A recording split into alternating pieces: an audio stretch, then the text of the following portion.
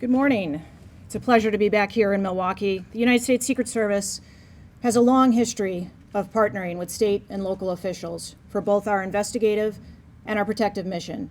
And the planning and the preparation of the 2024 RNC has been yet another example of the strong partnerships that we all enjoy.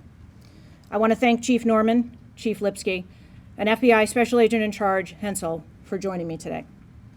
Later, we are all going to attend a meeting and continue our discussions regarding securing the convention with other key law enforcement partners who have been engaged in the preparation of the RNC since the Executive Steering Committee was formed back in May of 2023. For over a year, the Secret Service, the Milwaukee Police Department, the Milwaukee Fire Department, the FBI, FEMA, and many other key stakeholders have been meeting to discuss all aspects of public safety and security for the convention. We are fortunate that this city was selected to host the 2020 DNC, and many of the relationships built years ago have contributed to the cohesiveness of this preparation. National Special Security Events, or NSSEs, are some of the most high-profile events in the world. The RNC will be the 78th NSSE that the Secret Service has coordinated. Milwaukee is certainly used to dealing with large-scale events, but an NSSE enables us to bring resources from across government to surge and supplement those already available here in Milwaukee. We've worked with the Milwaukee Police Department and 15 other key agencies to create the operational security plan for the convention. It's a tremendous undertaking that includes the coordination of intelligence and consequence management. Our primary focus is safety.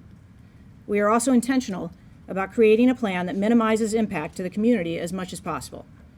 We seek to lessen disruptions to the public to the greatest extent possible. We have spoken with community members and business owners throughout our planning to ensure the impacts in the area are considered. Preparation and training are critical to any successful event, and a variety of training initiatives have been conducted in preparation for the RNC, including interagency tabletops, field exercises, and we're all ensuring that we are prepared to respond to any scenario. We also know that there will be demonstrations at the conventions. Secret Service respects every American's First Amendment right to express themselves, and protests are nothing new to political conventions. Secret Service is working closely with Chief Norman and the Milwaukee Police Department, who are prepared to manage demonstrations so that groups can express their views freely. I want to thank our local partners for the work that's already been done. The RNC will be here in just over a month, and will unveil the final security plan for the perimeter in approximately 2 weeks. I'd like to express my gratitude for the assistance that law enforcement community and the community has provided to the Secret Service, to our personnel who are involved in the planning of the RNC. The cooperation, the dedication, and the genuine desire to ensure a safe and successful convention displayed by everyone we work with is truly remarkable. I'm confident that the security plan being developed for the 2024 Republican National Convention, and I know that the team here is eager to continue working with our partners to ensure the highest level of safety and security for the convention, the attendees, and the entire community here in Milwaukee. We'll now open it up to questions. Director, you talked about the intelligence and the planning for a whole different bunch of scenarios. I'm curious, in your mind, as we sit here today, what is the biggest threat? What are the biggest threats ahead of the start of the convention? So there is a number of intelligence reports that we are continuing to gather. And what the Secret Service does is we manage risk and we mitigate possible potential challenges. So we have covered off on a number of different scenarios. There's nothing specific that I'm going to get into today, but we are making sure that with our partners, we are fully prepared. I have a question.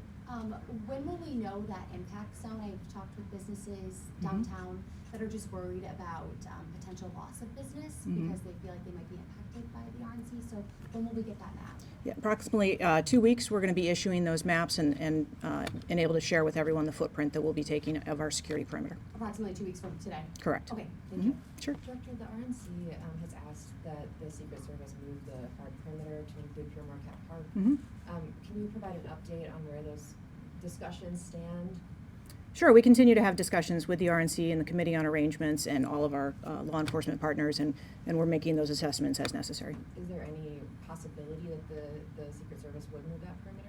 I don't have any updates to share at this time. And Director, just as a follow-up to that, how often are you personally speaking with the RNC leaders? So I speak to them as needed. I just had a conversation with RNC leadership actually yesterday.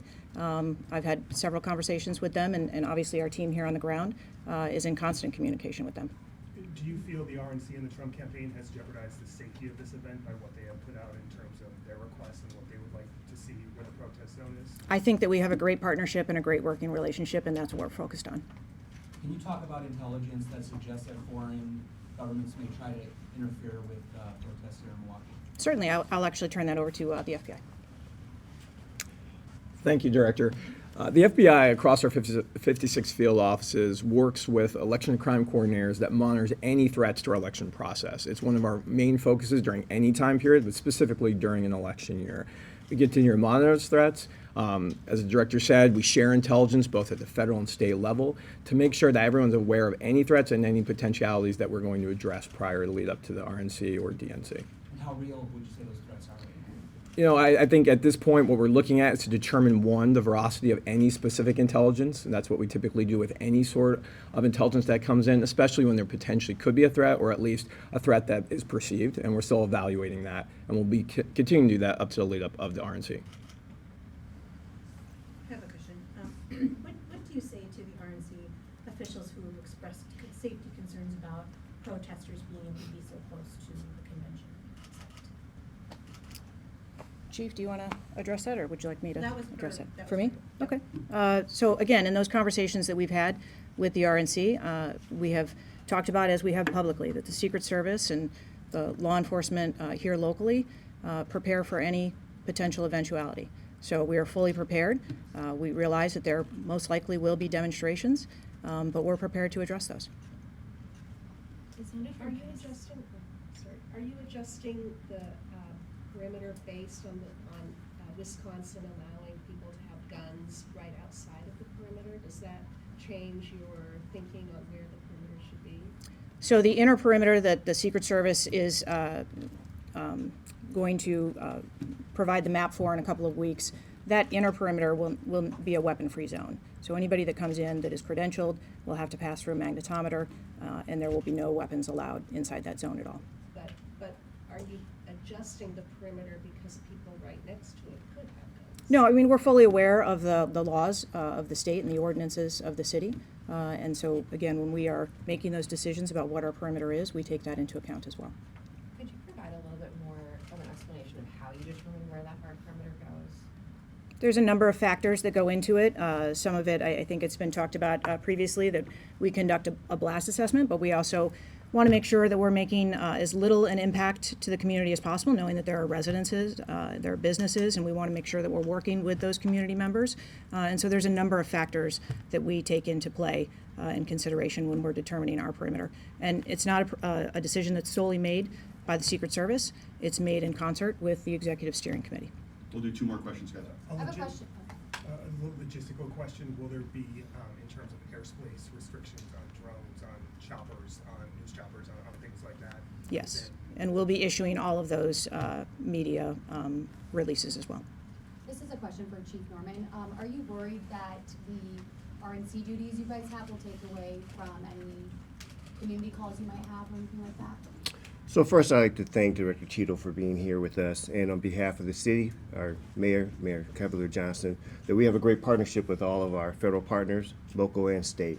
It's important to understand that this is a collaborative effort, and this is nothing new, as was stated earlier. In regards to the type of work that we have, this is something where we understand there's a lift for this particular event, but as the chief officer for the Milwaukee Police Department, we have responsibility for the entire city. And so working with so many different partnerships, we have individuals from within the state. I'd like to thank my municipal partners in the state in regards to helping out, but also across the nation. We're bringing a number of officers in and have a number of support. So we are working steadily. We're making sure that we are covering that type of responsibility in a thoughtful and secure manner, and that we're going to, again, put every effort in to ensure that it's a safe event, not only for this particular event, but for the entire city. Chief Norman, how are officers preparing for this event? Is there any special training? Is there, for protests and demonstrations specifically? So there are a number of different trainings, but again, this is not just for this type of event. I mean, we do have what's called field force training. We do have training in regards to de-escalation training for the interactions with our public. Just as been stated before, we respect the First Amendment rights. We understand that it is important for us to understand that there is going to be protests. How do we adjust and make sure that we're putting the best foot forward in regards to this particular interaction? So this particular event, to us, is nothing different than any other event that has gone on in the city of Milwaukee. Understand that there is that type of publicity behind it, but we're working with so many different partners. We have so many different liaisons, because at the end of the day, we really don't want this to be about Milwaukee Police Department or public safety. This is about the event. This is about those who are attending the event, and we are going to be in the background in regards to this particular type of event. So it is important for us to understand what is our role in this, and working again collaboratively with all our public safety partners, understand that we are going to put every effort in to have a safe and respectful event. No targeted training, just ahead of. No. Chief, can I just ask, where are you guys on solidifying any mutual aid agreements with outside law enforcement agencies? And then, as a jump off to the question about how Milwaukee is going to approach First Amendment activity, what will the role of outside agencies be? Because it can be kind of difficult to get a lot of agencies on the same page with the training that Milwaukee wants to put forward. So, just to reiterate, where are you guys on solidifying mutual aid, and then what will the role of outside agencies be? So the first part, we have a very steady mutual aid agreement and process going on. I know that we are working with so many different partners. Thank the mayor again in regards to the efforts going on from our city government, but also the governor. The governor has been very instrumental in regards to getting that type of shoring up the resources across our nation. We do have a system that we connect each other with, that it comes out with a request. As probably aware for this, there was an emergency order put out in regards to the particular RNC, so that we can activate that particular mutual aid request. And it's going well. I mean, we are putting forth all the effort to make sure that we have the resources for this particular event. The second question, it was So compound. tell me, what will the role of outside agencies be? So, like for example, Chicago had specific ideas that they wanted for their outside agencies to ensure that the field forces have the training that is per the local policy. So what will the role of outside agencies be? I mean, do you see them being the field force where they're actually coming up on protesters? Are they going to be playing a more background role? What is their role going to be? So this is an ongoing plan in regards to how to utilize all our resources. I know that we're still working with our federal, state, and county. There is nothing off the table, but it is important that we do have our footprint, meaning the Milwaukee Police Department, being at the forefront. This is our community. This is, the individuals that we are interacting on a daily basis. So utilizing that as a first line in regards to response, and then finding out what are the best resources to help fulfill those other responsibilities. So it's still an ongoing process right now, but it's a good and steady process. Chief, will the new, or I guess the incoming officers have arrest powers? How does that work? So under the emergency order in regards to the governor had put forth, there is a allowing the arrest abilities for those who are within our state and also outside the state. So that is part of the emergency order. What role will the National Guard, Air National Guard play in securing Milwaukee as well, Chief? So they're still developing in regards to those roles. We are very thankful for that type of support from our military brothers and sisters. Understanding that there is so many different roles right now, we don't have everything locked down, but there will be some place in regards to their particular activities. I know that they have a lot of different robust response, whether it's medical, whether it's for crowd control, whether it's for working for the assistance in regards to protectories of places. So that's still an ongoing process, but definitely will be a part of our overall security footprint. Guys, we got to get them up to the executive steering committee. So, Thank you. Thank you.